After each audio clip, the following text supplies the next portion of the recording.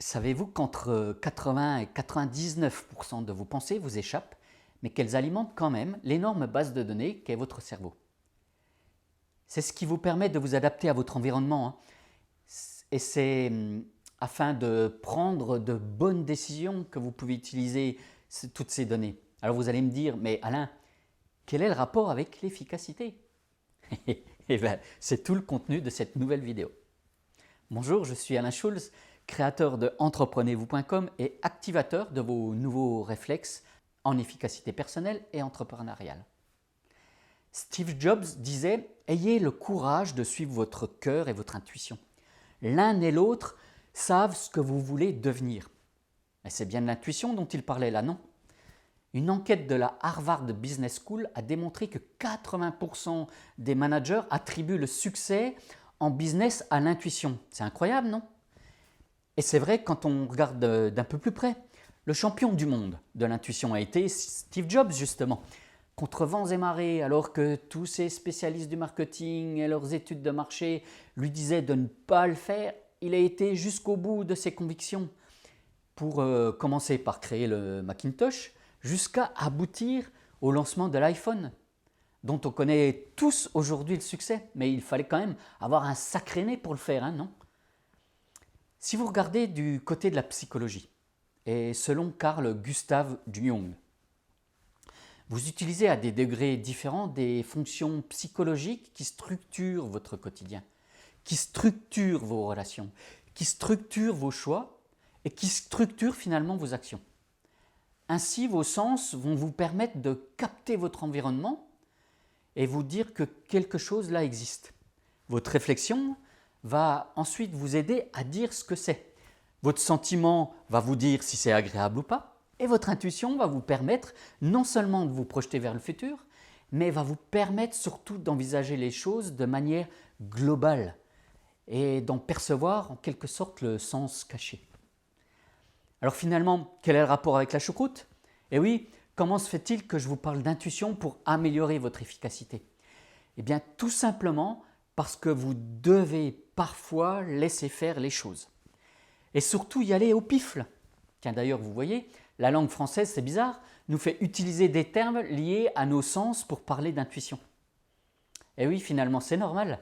L'olfactif est le sens le plus primitif en soi et il influe donc votre comportement. Vous le savez, hein, mais être efficace, c'est aussi passer à l'action. Et que vous avez certainement tendance parfois à trop réfléchir, à trop vouloir tout mettre sous contrôle. Mais à force de vous poser des questions, à vous demander le pourquoi, du comment et tout le tintouin, là, vous allez saturer votre cerveau. Et comme il a des capacités limitées, pour traiter toutes les informations dont il dispose, un peu comme un ordinateur, vous allez finalement faire exploser la machine. Donc ayez aussi le réflexe, plutôt que de vous engager dans des longs raisonnements, à base d'examen d'une grande quantité de données, de faire au feeling. Vous avez une petite voix à l'intérieur qui vous souffle quelque chose. Sachez l'écouter. Alors je ne vous dis pas d'abandonner tout ce dont je parle habituellement, hein, à savoir structurer vos journées, à définir des objectifs, à mettre en place des plans d'action. Tout cela, c'est très bien pour être productif dans votre quotidien, pour finalement construire des routines et mettre en place de bonnes habitudes.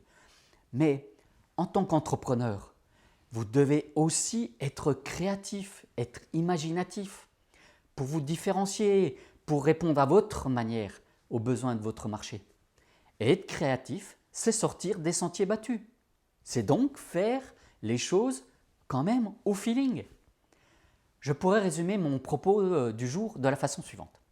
Profitez de vos schémas de pensée ultra rapides là, pour prendre de meilleures décisions. Vous avez une fantastique boussole intérieure. Elle va vous permettre de comprendre que la pomme là, qui tombe de l'arbre est due à l'attraction de la pesanteur. Ça, c'est mon côté cartésien et scientifique qui vous le dit. La philosophie chinoise, quant à elle, nous dit de laisser aussi de la place aux heureux hasards. Donc trouvez un juste équilibre entre tout cela et vous allez améliorer votre efficacité, vous verrez. C'est un créatif structuré qui vous le dit. Allez, je vous laisse réfléchir à tout cela et n'hésitez pas à me laisser vos réflexions sur le sujet dans les commentaires là ci-dessous. Si vous avez aimé cette vidéo, bien sûr, comme d'habitude, alors partagez-la sur les réseaux sociaux. Vous avez envie de recevoir plus de news? Alors abonnez-vous sur ma chaîne YouTube et venez vous inscrire sur mon blog entreprenez-vous.com en cliquant sur les boutons là qui apparaissent sur cette vidéo.